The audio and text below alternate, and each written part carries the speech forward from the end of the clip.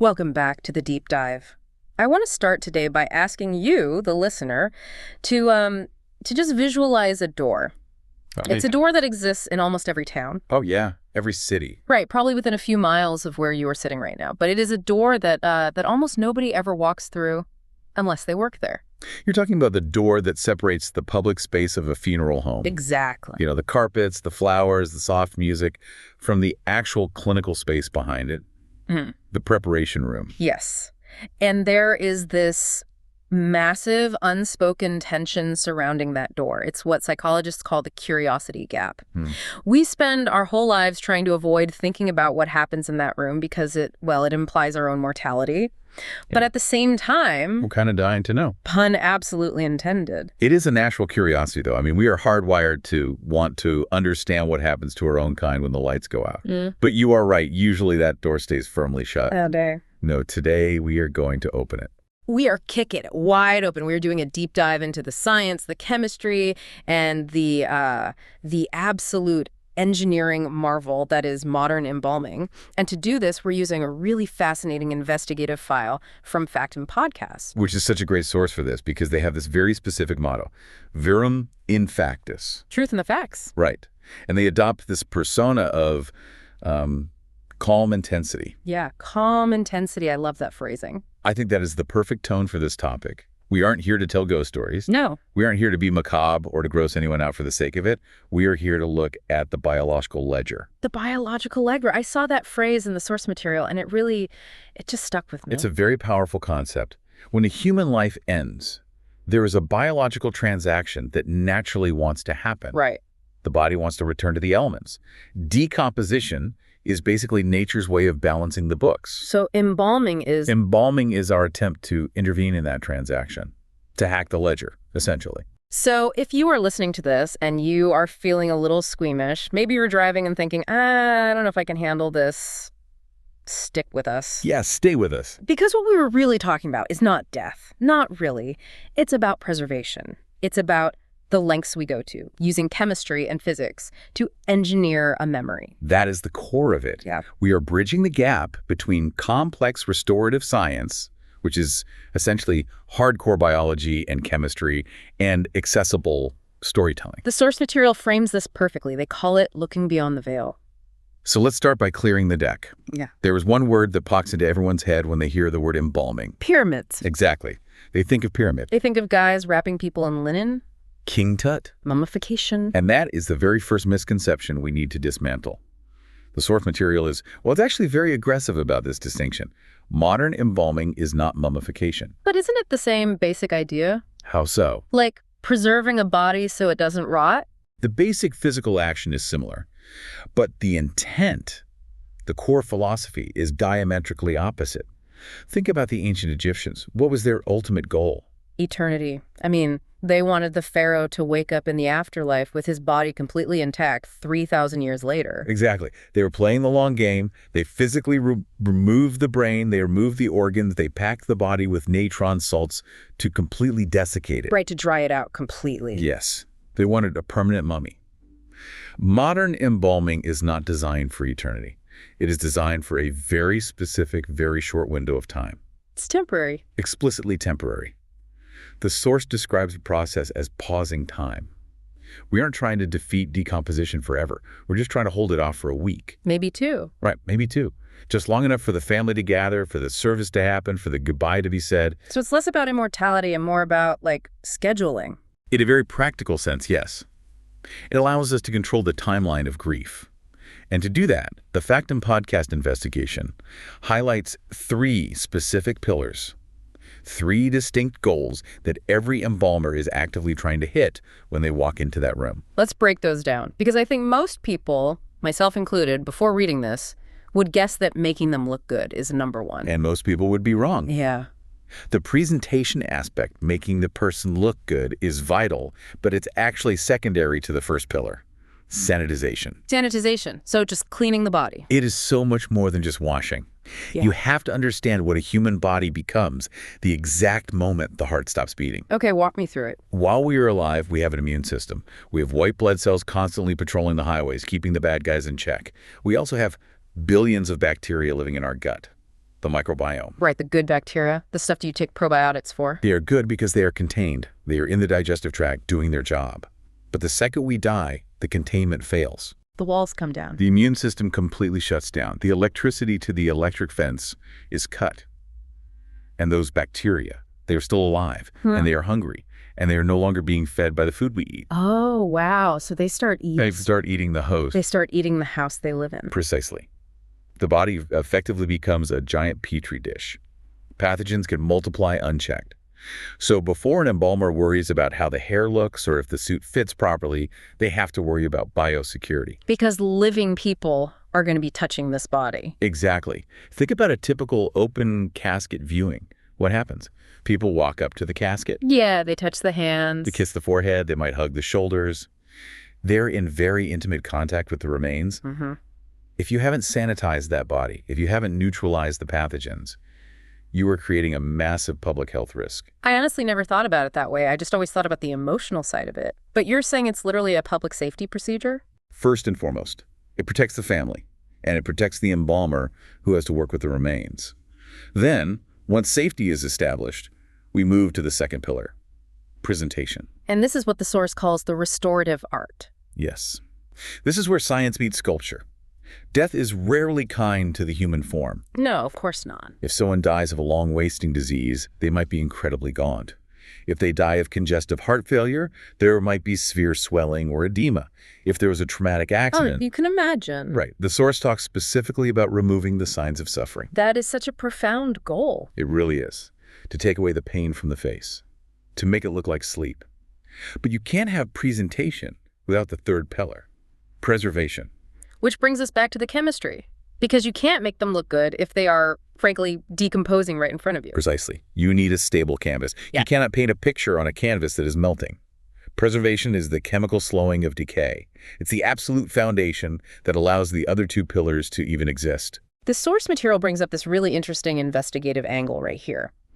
It says we need to look past the aesthetics and understand the memory picture.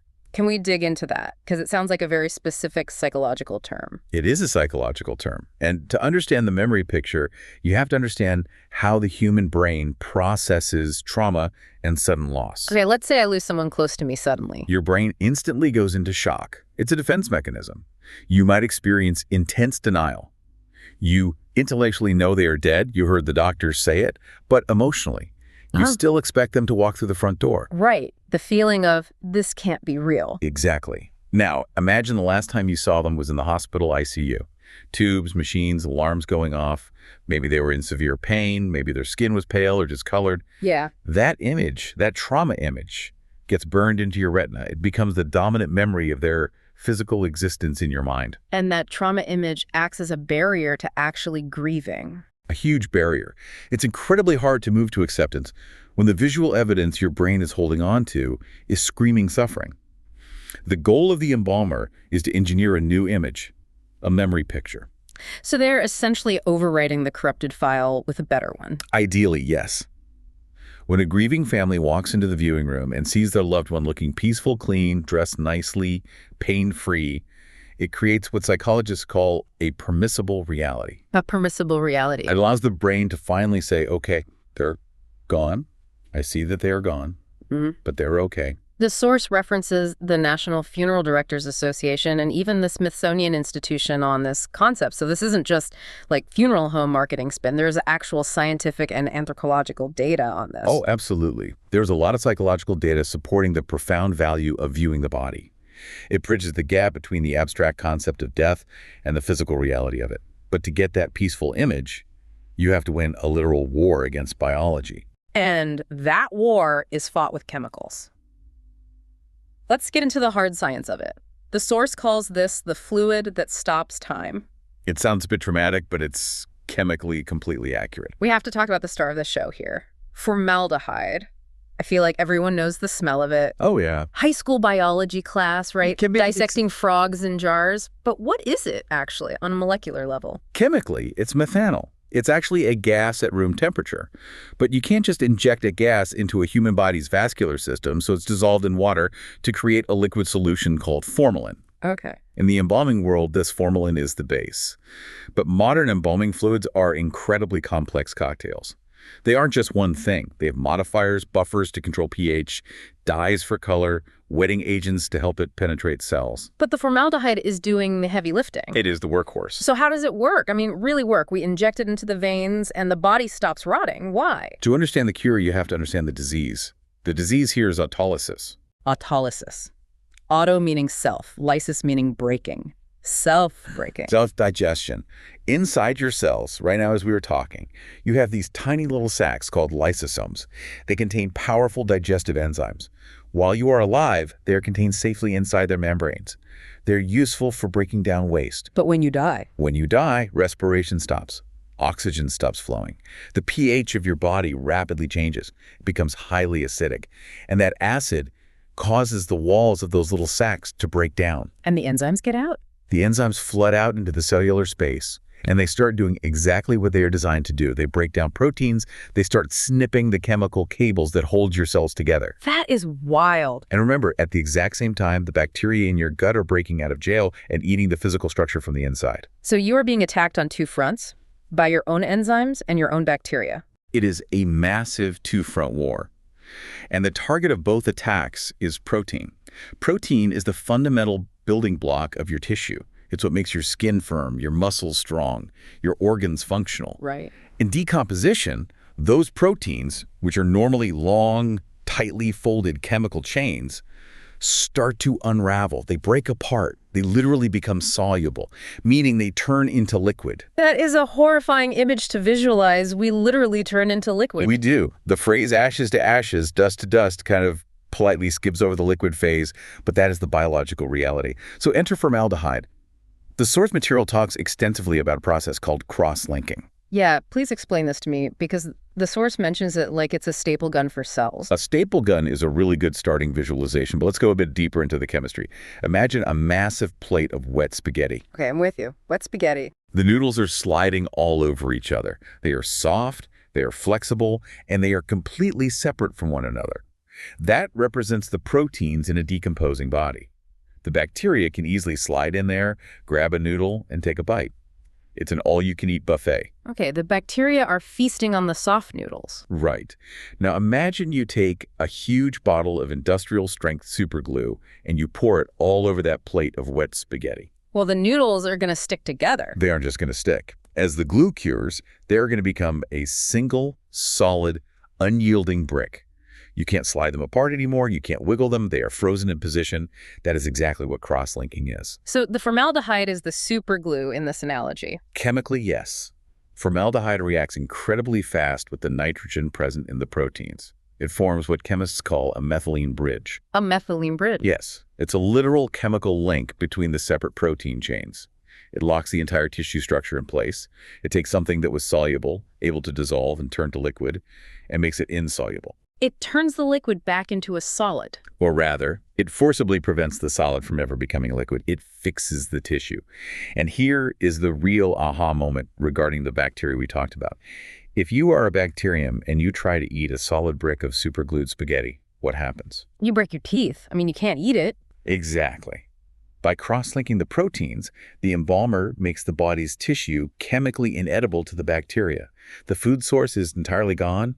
The buffet is permanently closed. Wow. The bacteria simply starve to death. And those destructive enzymes we mentioned, they're deactivated too because enzymes are themselves made of proteins. So they get cross-linked and frozen, just like everything else. That is absolutely fascinating. I always assumed embalming fluid was just a poison that killed the bugs. But it's not just killing the bacteria, it's radically changing the environment so they simply cannot exist. It's terrain modification on a cellular level. It is true molecular engineering.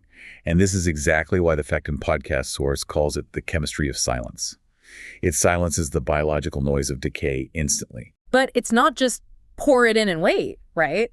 Because the source repeatedly uses the phrase calm intensity. That implies a need for extreme precision. Oh, it is incredibly precise. You can't just guess. You have to mathematically calculate the preservative demand of the specific body on the table. Preservative demand, meaning how much fluid you need. Right. And what concentration? Think about it. A body that has been dead for 2 hours is biologically very different from a body found 3 days later in a warm room. Makes sense. A body that died of severe dehydration is different from a body that died of kidney failure, which retains massive amounts of water. Wait, why does the water matter so much? Because formaldehyde loves water. It bonds with it. If a body is full of edema excess fluid, that water is going to severely dilute your embalming chemical the moment you inject it. Oh, so the blue won't be strong enough. Exactly. You need a much higher concentration of formaldehyde to overcome the excess water. Conversely, if a body is severely dehydrated and you use a fluid that is too strong, you will actually burn the tissue. Burn it, like with acid. Chemically burn it. You will over-cross-link it. The tissue becomes dark gray, leathery, and violently shriveled. You can literally turn a delicate face into a piece of beef jerky if you aren't careful with your math. Good Lord. It's a very dangerous high-wire act. You need exactly enough chemical to stop the rot, but not a single drop more, or you destroy the natural appearance you are trying to create for the memory picture. That is a wild balance to strike. You're fighting decomposition on one side and chemical dehydration on the exact opposite side. And you only get one shot at it. Really? You cannot undo embalming. Once those proteins are cross-linked, they are cross-linked permanently. You can't unbake a cake. So let's move from the theory to the physical practice. We have our chemical weapon, we understand the math, now we have to actually use it. This brings us to the workflow from the source file. Step 1. The surgical prep. Let's set the scene for the listener. We are finally crossing that threshold into the prep room. The source describes it as highly clinical. Stainless steel tables, deep porcelain sinks, high-tech ventilation systems humming in the background. It sounds like an operating theater. It has to be an operating theater. It's a highly sanitary environment. The embalmer is wearing full PPE, surgical gown, double gloves, shoe covers, full face shield. This is serious, hazardous work. And the very first thing they do isn't the injection, it's the washing. Right. Topical disinfection. The body is sprayed head to toe with heavy germicidal soap and washed carefully with warm water. It sounds simple, like giving someone a bath, but it's the vital first step in breaking that external chain of infection. We are cleaning the surface canvas. And then comes the positioning, and this is where the source gave me a specific detail that I had never thought about it in my life, but it makes total mechanical sense. The feature setting. Yes. Specifically, the use of eye caps and mouth formers. This is the part of the process that most often completely surprises the public.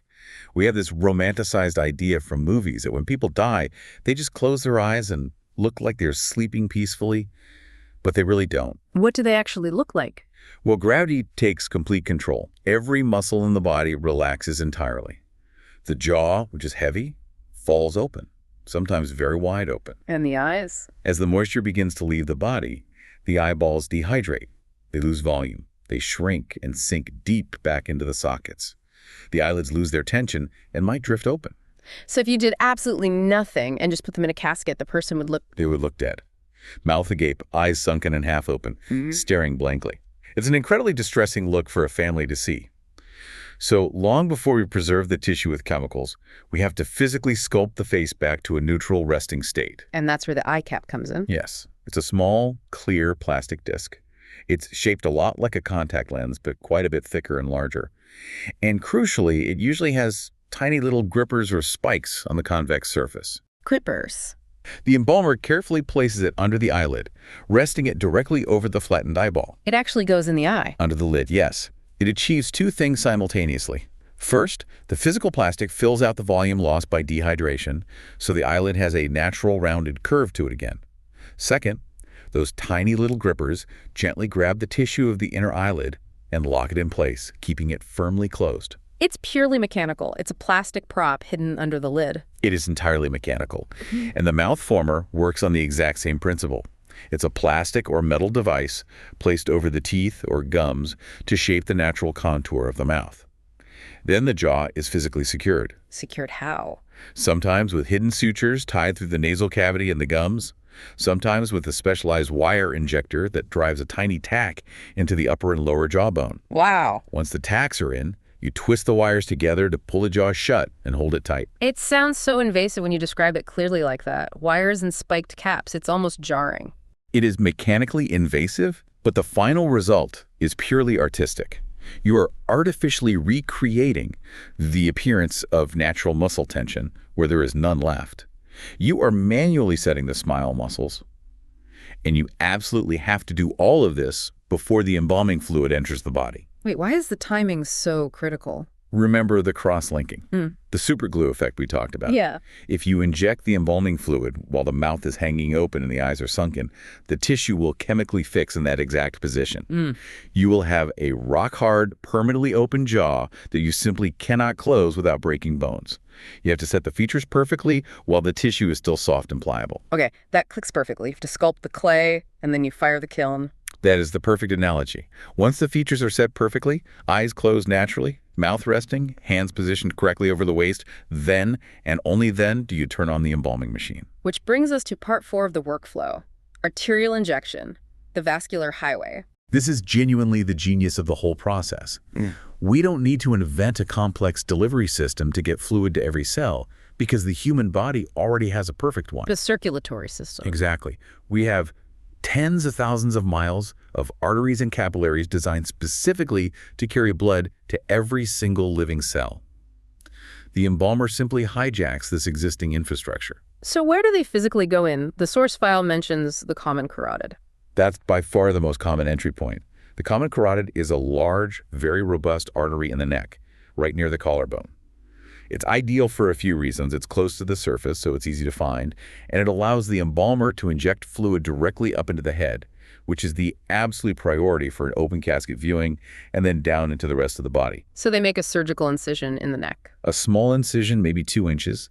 They use an aneurysm hook to physically pull the artery up out of the incision. What does it look like? It looks like a thick, white rubber tube. They make a small cut in the artery and insert a metal or plastic tube called a cannula. And that cannula is connected via a long hose directly to the embalming machine. Which is, at its core, basically a fluid pump. It's a specialized centrifugal pump and a holding tank. It pulses the chemical fluid into the artery, mimicking the rhythmic pressure of a beating human heart. But here's the massive physics problem you run into. The circulatory system is already completely full. Full of blood. It's totally full of blood. You cannot pump 2 or 3 gallons of embalming fluid into a closed container that is already full without bursting it. So you have to open a drain. Exactly. You have to let the pressure out. So usually right next to the carotid artery, you find the jugular vein. You raise that vein, open it, and insert a drainage instrument called a drain tube. So you are creating a dynamic circuit. Push and pull. Exactly. The mechanical pressure from the machine pushes the chemical fluid forward through the arteries. The fluid physically pushes the stagnant blood ahead of it, and the blood exits the body through the vein and goes down the drain. It's a displacement system. You're literally flushing the radiator. That is crudely accurate, yes. You are washing out the blood, which is terrible because it carries dark discoloration and feeds bacteria, and replacing it entirely with a preservative solution. The source talks about the visual transformation that happens here. This seems to be the part where the real magic happens visually on the table. It is the most dramatic part of the process to witness. You literally watch the look of death leave the body. What does that actually look like? Walk me through the visual. Well, often a body on the table will be very pale, or more commonly, they will be dark purple or blue in the fingernails, the earlobes, and the back of the neck due to livor mortis, which is blood settling by gravity. Right, pooling blood. As the embalming fluid circulates under pressure, it flushes that stagnant blue blood right out of the capillaries.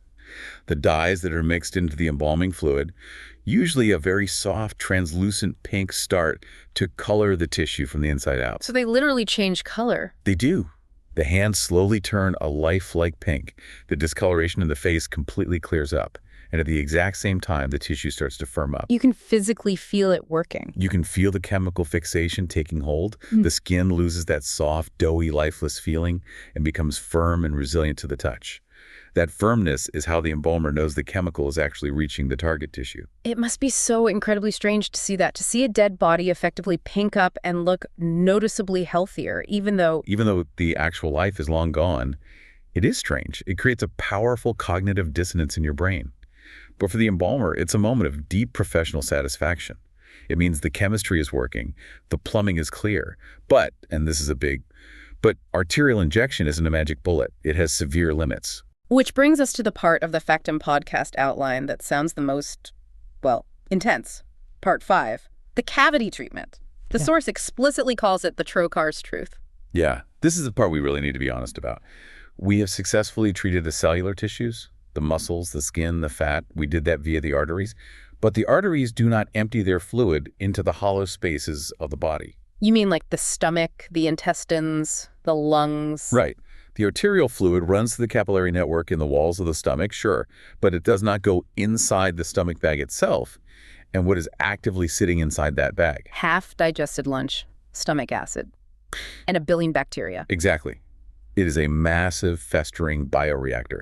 Even if the skin on the outside is perfectly preserved and looks beautiful, the bacteria inside the gut are still alive, still warm, and still voraciously eating. If you ignore them, they will inevitably produce gas. And gas causes bloating. Severe, rapid bloating. The abdomen can swell up tight as a drum, and eventually the pressure gets so intensely high that it seeks the path of least resistance. It forces the dark, foul liquid contents of the stomach and lungs all the way back up the esophagus or trachea. Oh, God, and out the mouth. Out the nose and mouth. In the industry, it's simply called purge.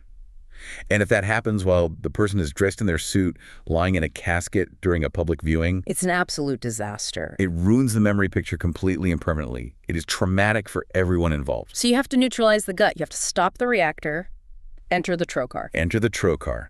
It is a very long, hollow metal spear, maybe 18 to 20 inches long. It has a very sharp, beveled coin on the end, and the back end is connected to a high-powered suction hose. And what do they actually do with it? There is really no delicate way to describe this. The embalmer makes a single small puncture incision in the abdomen, usually a few inches above the navel. They insert the trocar through that hole, and then they physically drive it deep into the abdominal and thoracic cavities. And they punctured the organs. They systematically puncture every single hollow organ.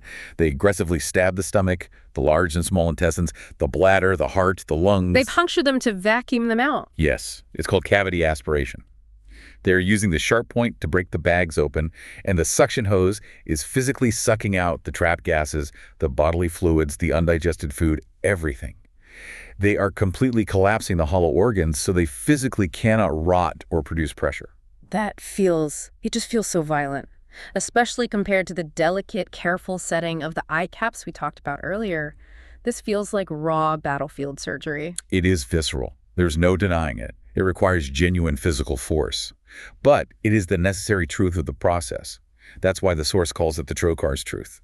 If you do not do this step, the body will decompose from the inside out, regardless of how good the face looks. It is the necessary violence required to ensure the absolute peace of the final presentation. So they vacuum it all out. Are they done then? No. Once the entire cavity is empty and dry, they take the suction hose off the trocar, and they attach a bottle of specialized cavity fluid, and they inject it directly into all those punctured spaces. How is cavity fluid different from the stuff they pumped into the arteries? It's what we call high index. It is straight, undiluted, high-octane formaldehyde preservative. It doesn't have fancy pink dyes or softeners. It doesn't need to look good because it's going deep inside the dark torso. It just needs to kill absolutely everything instantly. It sears the internal tissue and sanitizes the entire core of the body completely. So if I'm understanding this, you preserve the delicate outer shell with the gentle, balanced fluid through the veins, but you basically nuke the core with the heavy stuff. That is exactly the chemical strategy. And then the source mentions there is a catch-all phase, step 4. A surface and hypodermic treatment. Because sometimes, despite your best efforts, the human plumbing is just broken. Like a blockage. Right. Maybe the person had severe diabetes and terrible circulation in their legs. The machine pushed the fluid, but it just hit a dead end and didn't get down to the left foot. So the left foot is still soft, still vulnerable to decomposing. Exactly. So the embalmer has to go strictly local. They might use a large hypodermic needle, just like a doctor uses, but bigger, to inject preservative fluid directly into the tissue of the foot. Or they might use what are called surface packs. What are those? They take thick cotton roll, soak it in that harsh cavity fluid, lay directly over the unpreserved skin, and tightly wrap the whole foot in plastic to force the chemical fumes to absorb through the pores. It's essentially troubleshooting. You physically check every single inch of the body to make sure there are no soft, unpreserved spots. When you lay the entire process out like that, the surgical prep, the vascular plumbing, the complex chemistry, the fine art sculpting, the heavy troubleshooting, it's honestly overwhelming. It's not just putting makeup on a dead person. Not even close. It is a highly demanding, multidisciplinary trade. You have to be a little bit of a surgeon, a little bit of a chemist, a little bit of an anatomical sculptor, and a lot of a plumber. And you had to do all of it while treating the human subject on the table with absolute, unwavering dignity. Let's zoom out for a second. We've covered the how of all this extensively. We know about the cross-linking of proteins and the truth of the trocar. But I want to land on the why. Part 6 of our outline. Context and history. Because we certainly didn't always do this. In fact, for the vast majority of human history, we didn't inject chemicals at all. Right. The Factum podcast source explicitly points to the American Civil War as the massive origin point for this whole industry. It really was the catalyst. Before the 1860s, if you died, you were washed by the women in your family, dressed, laid out in the front parlor of your own home, and buried in the local churchyard the very next day. Very fast. Maybe they put blocks of ice under the body if it was July. But there was absolutely no chemical injection happening. So what changed with the war? Geography and distance. Suddenly you had farm boys from rural Ohio dying violently on battlefields in Virginia or Pennsylvania. The families back home did not want a letter saying, oh, your son is buried in an unmarked mass grave. They wanted their boy back. They wanted to bury him in the family plot. But you can't put a decomposing body on a slow train for a week in the middle of summer without, well, horrific issues. Exactly. The sheer logistical nightmare of death on that scale forced the innovation. Army field surgeons started experimenting on the battlefield with early chemical injection, arterial embalming. They were desperately trying to preserve the officers and soldiers just long enough to ship them home on the trains without becoming a biohazard. So the whole thing started strictly as a transportation mechanism. Yeah. It was about delivering the memory picture. That's exactly it. It was about delivering the physical body to the grieving mother so she could open the box and confirm, yes, that is my son. It was fundamentally about closure. And that intense need for closure, that deep psychological need, is exactly why the practice stuck around after the war ended. But wait, even though we have modern refrigeration now, I mean, we could just easily freeze bodies today. We could. Functionally, freezing stops decay. But you cannot have a warm, comforting, open casket viewing with a frozen, rigid body covered in frost. And the source material is very clear on this specific point. The viewing itself matters immensely. It references peer-reviewed studies from the Journal of Forensic and Legal Medicine. Let's talk about that memory picture concept again, bringing it all full circle. You mentioned earlier that seeing the body helps move the brain from denial to acceptance. Think about the alternative for a second. A totally closed casket. Or immediate direct cremation where you never see them. For some people, some cultures, that is totally fine. But for many, it leaves a massive reality gap in their psyche. A reality gap? Like, is he really in that box? Exactly. Did he really die? Is she really gone forever? Without the raw sensory confirmation of visually seeing the body and physically touching the cold hands, the human brain can easily get stuck in what psychologists call the searching phase of acute grief. You keep subconsciously looking for them in a crowd. So physically seeing the body is the ultimate proof. It is the undeniable visual proof. But, and this is the crucial part, it has to be the right kind of proof. If you see a body that looks terrified, or in agony, or severely mutilated, that induces lasting trauma. But if you see a body that has been carefully restored to look at peace, the engineered sleep we talked about, it allows you to internalize the terrible reality of the death without being permanently traumatized by the biological horror of it. So the embalmer, with all their chemicals and trocars and eye caps, is essentially just buying the grieving family a moment, a pause. They are buying time. They're holding back the massive, crushing weight of natural biological decay just for a few short days, solely to create a safe, sacred space for a proper goodbye. It's a profound service for the living, performed on the dead. Always. The dead do not care about their cellular protein cross-links. They don't care about their plastic eye caps or the color of the dye in their veins. We do this entirely, 100%, for the peace of mind of the people left behind. It really fundamentally changes how you view the local funeral home on the corner. It's not just a weird, macabre business. It's essentially a psychological first aid station. Run by dedicated people who are absolute experts in the chemistry of silence.